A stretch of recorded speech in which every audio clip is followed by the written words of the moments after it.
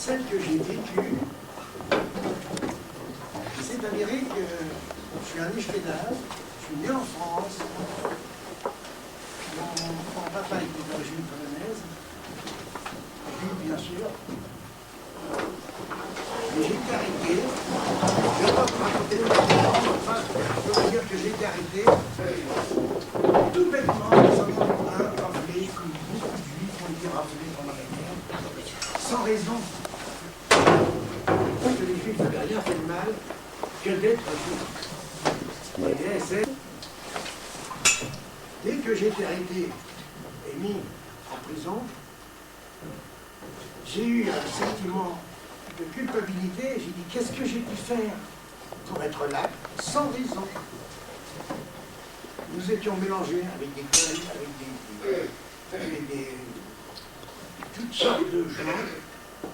Et je me suis retrouvé au Fort Montluc à Lyon, où il y avait tous les otages qui étaient parqués dans cette citadelle. Et quelquefois, ils prenaient des otages pour les fusiller, pour se venger d'un certain attentat qui avait été exécuté contre eux. Aussi, je me suis retrouvé dans une chambre avec une vingtaine de garçons, une toute petite pièce où nous étions parqués, et on s'attendait à quoi? On ne savait pas, personne ne nous disait rien. Et alors, insensiblement, comme le temps passait, un beau jour, c'était en plein hiver, il faisait froid, la nourriture était très très très faible, et on nous a sorti, avec une émotion pour parler. Vous savez, c'est très très dur de parler de cette chose parce qu'elle est enfouie en vous, et quand il faut la sortir, c'est très pénible, parce qu'on essaie d'oublier. Et alors aujourd'hui, je viens faire mon devoir auprès de vous, pour essayer de parler de cette chose. Et évidemment, c'est très très difficile. Je n'ai rien préparé, pas une copie. Je vais vous dire un peu ce qui me reste. Donc, doucher dans un bac d'eau à une vingtaine pour arriver à se prendre un peu de flotte, déjà serrés comme des rangs dans cette chambre. On se demandait ce qui nous arrivait. Chacun, il y avait des hommes qui avaient été chercher des courses, il y avait des gens qui... N'importe quoi, ils arrêtaient pour n'importe quelle raison. Et le train est arrivé, on est rentré dans un train pour aller à Compiègne. Compiègne, c'était une banlieue de France, une petite ville, où il y avait un camp qui était préparé, mais il avait été préparé de longue date, parce qu'il servait à l'armée dans le temps jadis. Et nous étions ici au bord de Mine, il y avait un camp anglais à proximité. Et nous avons été ici parqués pendant, je peux dire, 2 mois. Puis ensuite, nous avons monté dans des trains sans connaître la destination. Parmi nous, il y avait quand même des gens qui avaient été arrêtés et qui étaient des résistants.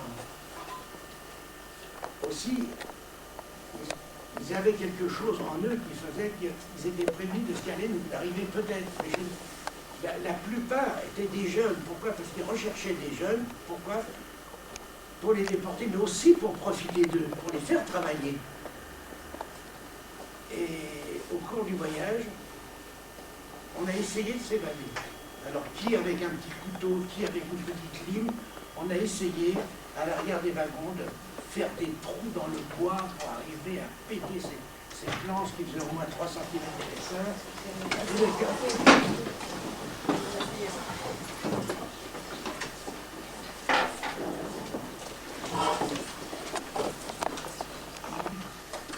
Nous arrivions à percer ces planches. Et alors, dans mon wagon, il y avait un ouvrier des chemins de fer qui disait surtout ne cassez pas les cloisons avant d'arriver à Bar-le-Duc. Pourquoi Bar-le-Duc?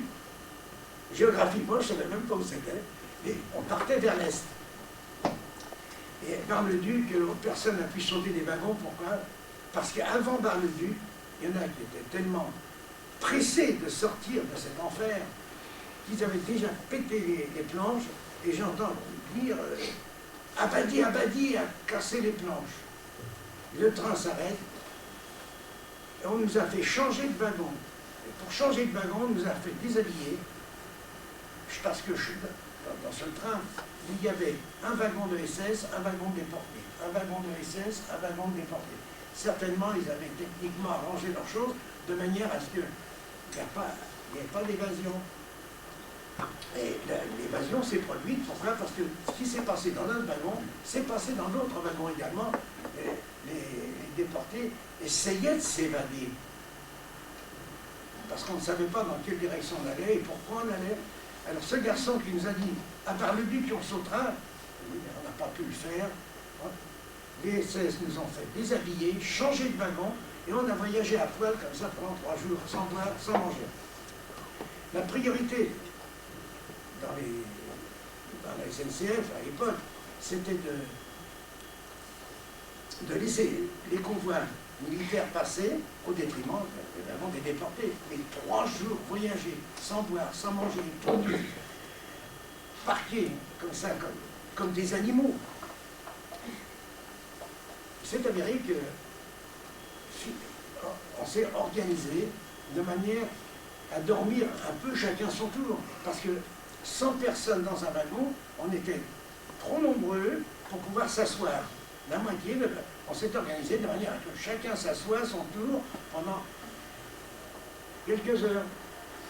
Alors bon, mais malgré tout, on n'a pas pu arriver à s'organiser suffisamment bien, de sorte qu'au bout de 3 jours, il y avait parmi nous des garçons qui étaient trop fatigués, qui ne voulaient plus se relever, et finalement, quand on est arrivé à destination,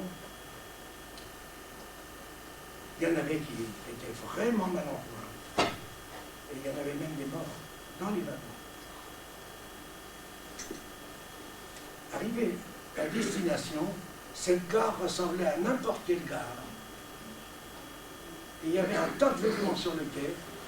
Il a fait choisir au hasard un vêtement et sous la schlag, oh là là, excuse-moi, je n'ai pas l'habitude de parler, les mots se bousculent. Il fallait ramasser un vêtement pour se couvrir. C'était l'hiver.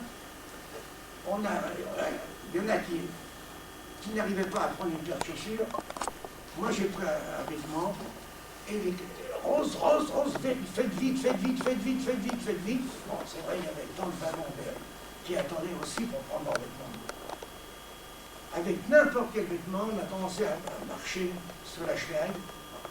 Et le Danube bleu passait, j'étais arrivé à Mauthausen, un camp qui a fait beaucoup parler de lui en raison de tous ces morts qui se sont produits.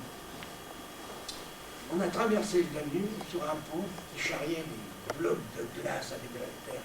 Le pont Danube bleu, il n'était pas beau, c'était vraiment affreux. Et en passant dans la ville, on voyait des volets qui s'entrouvraient, qui regardaient. Ces gens avaient l'habitude parce que nous sommes montés sur une colline où il y avait le camp de Mauthausen. Devant arrivé en haut de la colline, il y avait comme une citadelle, une énorme porte que nous avons franchie. On était parqués le long d'un mur en granit électrifié et on était là à se demander ce qui allait nous arriver. Mais des situations qu'on ne pouvait pas imaginer, vivre dans des conditions pareilles, sans raison. Et au bout d'un certain temps, on était tellement déshydratés, vivre 3 jours comme ça dans des wagons sans boire, sans manger, c'est pas possible. Et finalement, au bout de ce mur électrifié en granit, on venait nous chercher par grappe pour nous emmener sous la douche. Alors, sous la douche chaude, la douche froide derrière, et ensuite parqués dans des cabanes. Des cabanes, disons, des cabanes préfabriquées à peu près de cette grandeur. Et c'est là que le drame a commencé pour nous. Parce qu'on nous habillait en habits rayés comme des bagnards. Nous étions devenus des bagnards.